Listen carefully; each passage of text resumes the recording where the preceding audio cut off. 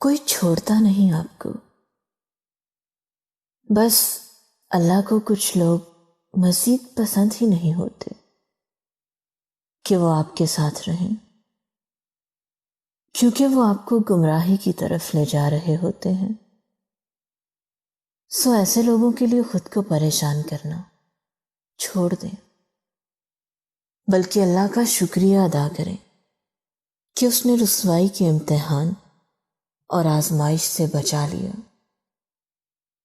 بس سب کی ہدایت کی دعا کریں۔ دوسروں سے بدگمان ہونے میں جلدی مت کیا کریں۔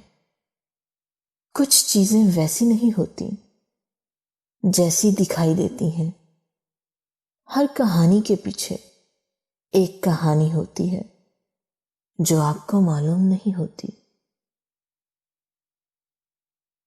محبت بھی رزق کی طرح ہوتی ہے، کسی غیر سے مانگو گے تو دل ٹوٹ جائے گا، اور اگر اپنے رب سے مانگو گے تو وہ تمہیں غنی کر دے گا۔